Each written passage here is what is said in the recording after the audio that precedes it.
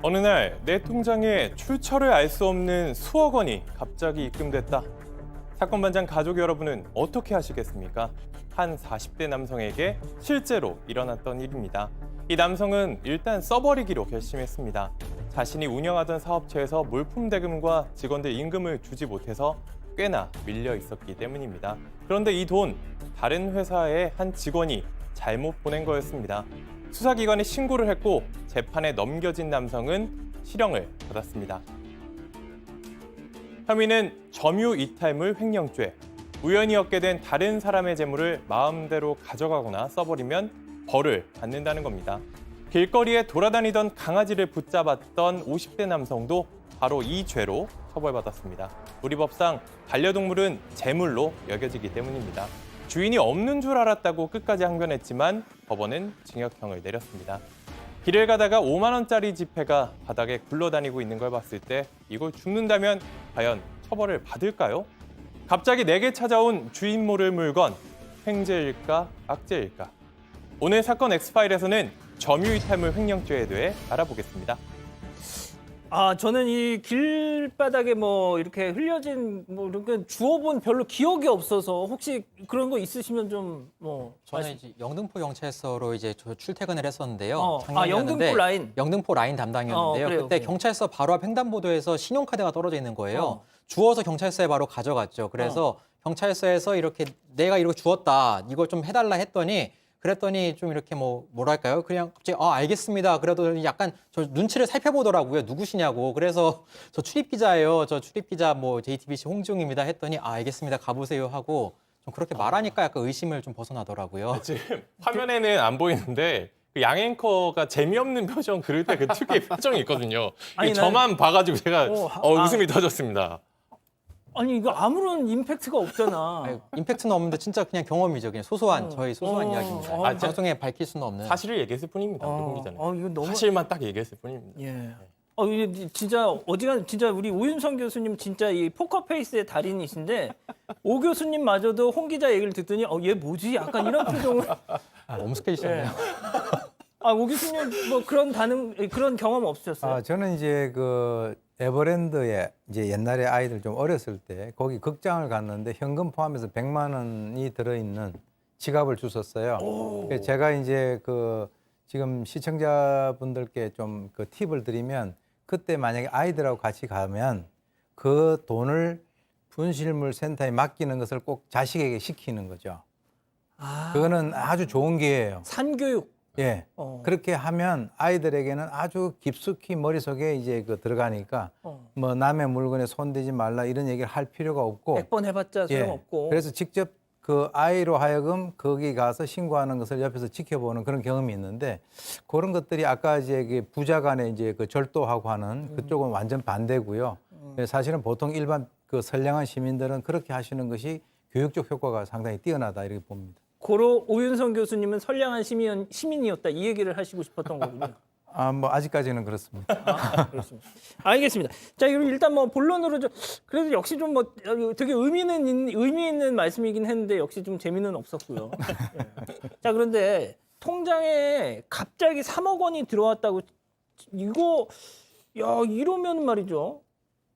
저 같으면 그냥 쓸 것 같기도 한데. 그게 범죄입니다. 그러니까. 그렇게 되면 이제 철컹철컹 잡혀가는 건데 왜 그런가 봤더니 2008년 4월에 홍콩에서 사업을 하던 남성에게 갑자기 300만 홍콩 달러, 우리 돈으로 3억 9천만 원 정도입니다. 상당히 큰 돈인데 이게 3억 9천. 3억 9천만 원이요. 갑자기 큰 돈이 들어왔어요. 근데 이게 왜 들어왔는지 모르는 돈인데 이거를 어떻게 할까 고민을 했을 텐데 이 사람이 물품 대금, 임금 이런 게 좀 밀려 있던 상황입니다. 그래서 그걸 다 줘버린 겁니다. 그래서 잘못 보낸 사람, 다른 회사의 그 직원이 잘못 보낸 거였는데 이 남성을 알아내고선 돈을 써버린 거 알게 되고선 결국엔 신고를 해서 재판에 넘겼던 겁니다. 결국 써가지고 실형을 받았군요. 네, 그렇습니다. 통장에 들어온 돈 분명히 자신이 받을 이유가 없잖아요. 그런데 이 남의 돈을 함부로 썼다는 혐의를 받고 있습니다. 좀 법적으로는 점유이탈물 횡령죄라고 하는데요. 이 죄가 주운 물건, 주인이 있는 물건 마음대로 썼을 때 적용을 받는 혐의인데 실제로 검찰도 이 혐의를 적용해서 기소했고 대법원까지 유죄가 전부 확정됐습니다. 일단 모르는 돈이 일단 들어오면 모르면 쓰지 말아야 되겠네요. 당연하죠. 예. 요즘에 차고 송금 사례 굉장히 많습니다. 어. 근데 이 경우 웬일이야 이게 왜 아니, 횡재야 근데 그러고 그 백 변호사님은 워낙 여기저기 워낙 이 네. 출연을 많이 하시니까 네. 모르는 사람 그냥 딱 그럴 수도 있잖아요. 아 근데 방송국 딱 찍혀서 와서 괜찮습니다. 아 그래요? 아. 그런데 이렇게 차고 송금된 걸 모르고 썼다고 해서 용서받기가 좀 어려워요. 그렇기 때문에 이건 반드시 확인하셔야 되고 이 차고 송금이 예전에는 점유이탈물 횡령죄만 된다고 봤지만 최근에는 아예 보관을 하고 있는 사람의 지위를 인정해서 횡령죄로까지 처벌이 되는데 우리가 길 가다가 돈 주면 에이 뭐 이거 그냥 써도 되겠지. 그게 이제 딱 전형적인 점유이탈물 횡령죄예요. 아. 길 가다 돈 준 거 주머니에 쓱. 그리고 또 이런 경우 있죠. 뭐 예전에 이제 당구장 같은 데서 이제 당구 치다 보면 누가 시계 풀어놓고 가고 뭐 그거 들고 가는 사람들이 좀 있어요. 혹시 지금 차고 계시는 건가요? 네, 아니. 근데 그것도 그러면 길가에 누가 버리고 간 거랑 똑같이 점유이탈물 횡령죄라고 생각할 텐데 그거는 죄가 더 셉니다. 아 그건 진짜요? 절도죄예요. 다른 사람 물건이어도 어떤 공간에서 관리하는 사람이 있으면 그 죄명 자체가 바뀌니까요. 제가 꼭 하나 말씀드리고 이것만 좀 강조드릴게요. 가끔은 너무 바빠서 내가 지갑을 주었는데 오늘은 내가 경찰서가 시간이 안 되네. 한 이틀 있다 갖다 줘야지. 뭐 그럴 수 있죠. 하다가 문제가 되면 그건 점유이탈물 횡령죄로 처벌이 됩니다. 왜냐하면 머릿속으로 못 들어가 보잖아요. 사람은. 그러니까 그 정도 시간을 지체했다면 본인이 꿀꺽할 생각이 있었다라고 봐버리기 때문에 이런 걸 주면 빨리빨리 이제 경찰에 갖다 주는 방법을 해야지 하루 이틀 지체하고 있다 보면 그게 처벌이 될 수 있다는 사실을 꼭 알아줘야 됩니다. 아니 진짜 그러면 말이죠. 그냥 놓고 가야 되겠네. 바쁘면. 신고를 하면 되죠. 받아가지고. 어? 경찰에 신고해서 주었다 신고를 하면은 됩니다. 아니 내가 너무 막 일이 바빠서 그러니까 당장 어떻게 신고를 할 수 있는 상황이 아니면 그러니까 뭐 지금 변호사님 말씀처럼 그냥 내가 일단 깜빡하고 이렇게 하다 보면 뭐 이러면 말이죠. 곧바로 실제로 한 신고해야지. 일주일 정도 지나서 가져졌다가 점유이탈물 횡령죄로 처벌받은 사례도 좀 있어요. 아 그렇군요. 교수님 근데 좀 어떻습니까? 이런 걸로 처벌하는 거. 왜냐하면 선량한 이제 시민으로서 보통 사람들이 말이죠. 길 가다가 이렇게 뭘 주스면 내가 평소에 좋은 일을 해가지고 신께서 나한테 선물을 주셨구나 이렇게 합리화를 합니다. 그런데 이제 기본 원칙이 있어요. 이 세상에 공짜는 없다.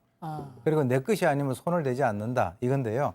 왜 그러냐면 이 점유이탈물 횡령죄 같은 경우는 우리가 소위 얘기해서 이제 반의사 불벌죄라고 해서 이 피해자가 처벌 의사를 갖다가 만약에 밝히지 않으면 처벌할 수 없는 즉 합의에 의해서 이게 없어질 수 있는 그런 죄가 아니거든요.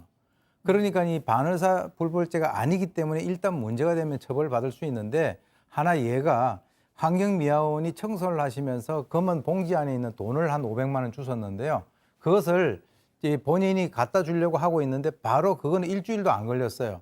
주인이 이제 그 막 찾으려고 해가지고 CCTV를 갖다가 추적해서 밥 먹고 있는데 들어와가지고 바로 체포가 됐거든요. 그러니까 이제 남의 물건 만약에 이런 경우가 있으면 112에 먼저 신고를 하시는 게 중요해요. 나 지금 돈 주웠다. 예. 그렇게 해놓으면 그것이 왜냐하면 기본적으로 이 사람이 어느 정도 짧은 시간에 그리고 그것을 돌려주려고 하는 노력을 어느 정도 했느냐라고 하는 것이 나중에 처벌 받느냐 안 받느냐의 어떤 그 지름길에 어떤 갈림길에 있는 것이니까 그걸 꼭 명심을 하셔야 됩니다.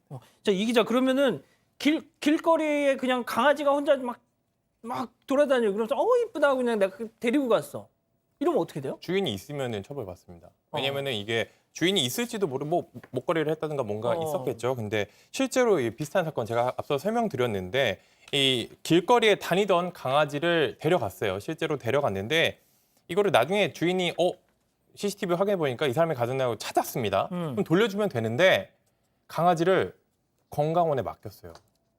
개소주를 만들어 달라고 돈을 주고 만든 그런 상황에서 강아지가 없어진 상황이었습니다. 그래갖고 이제 결국엔 처벌을 받게 됐죠. 이것도 마찬가지로 점유이탈물 횡령죄입니다. 왜냐면은 우리 법은 사람 그리고 법인 그리고 나머지 것들은 다 재물입니다. 그리고 동물의 권리가 따로 법적으로 없기 때문에 재물로 보기 때문에 결국에 이것도 유죄가 돼서 1심에서 징역 6개월에 집행유예 2년을 선고받았습니다. 변호사님 만약에 그게 유기동물이었다. 그리고 네. 유기동물을 데려간 거는요? 일단은 점유이탈물 횡령죄가 되려면 가장 중요한 요소가 소유자가 소유권을 포기했느냐 포기하지 않았느냐예요. 그러니까 제가 그냥 나는 돈 다 안 가져 그리고 길거리에 확 뿌렸어요. 누가 주워왔어요. 그건 점유이탈물 횡령죄가 아니에요. 제가 소유권을 포기했으니까. 근데 유기견이라는 건 기본 전제가 내가 그냥 걔를 버린 거잖아요. 쉽게 말하면. 지금 이 경우에는 사파처럼 저런 거 가져가는 건 괜찮다는 거죠. 그렇죠. 이게 내가 그냥 다 가져. 어. 근데 이제 저게 내가 실수로 떨어뜨렸는데 갑자기 돈이 막 날아갔다. 이런 경우에는 당연히 처벌받는 그러겠죠. 거고요. 예. 그러니까 유기견인 경우에는 소유권을 포기한 거니까 점유이탈 횡령죄는 되지 않고 다만 그냥 유기견을 데리고 와서 좀 심하게 학대를 했다. 이러면 이제 동물보호법 문제가 될 수도 있는 겁니다. 자, 그리고 말이죠. 이런 일도 있었네요. 방탄소년단 사진이 붙은 교통카드를 주운 사람이 그 점유이탈물 횡령죄로 처벌을 받았는데 그 교통카드에 잔액이 없었다는 거예요. 네. 근데 이게 왜요? 교통카드에 잔액이 없어도 일단 재물이고요. 교통카드 자체의 가치가 있고 또 이렇게 아이돌이 들어가 있는 요 교통카드는 그 안에 뭐 몇 번 찍을 수 있냐가 중요한 게 아니고 그 자체로도 거래가 되는 가치가 있기 때문에 이 경우에는 당연히 소유권을 포기하지 않은 이상 그걸 들고 갔다면 이건 충분히 점유이탈물 횡령죄에 해당할 수 있는 겁니다. 네. 근데 그게 주인을 못 찾았어요? 못 찾으면 일단 자기께 되는데요. 일단 이건 무조건 신고하셔야 되는 게 신고를 해서 주인을 찾잖아요. 그러면은 그 사람이 법에 따라서 5에서 20%를 줘야 돼요. 제가 만약에 1,000만 원 주어서 줬으면은 거기서 5에서 20%, 200만 원 정도는 받을 권리가 있기 때문에 꼭 신고를 해서 범죄가 될 수도 있으니까 꼭 신고를 하시고요. 만약에 물건을 갖다 줬는데 주인이 안 나타났다, 6개월이 지났다 이러면은 그거 제 물건이 될 수 있거든요. 이런 점을 좀 유의하셨으면 좋겠습니다. 자, 백수진 님이 이도성 기자한테 지금 뭐 이 흐름상 3,000명이 안 될 것 같은데 그 이벤트 반절만 보여줄 수 있냐고. 반절만요. 예. 나중에 하죠. 알겠습니다. 자, 어쨌든 내 것이 아닌 다른 사람의 물건 일단 신고부터 하셔야 될 것 같습니다. 사건 현장 이어갑니다.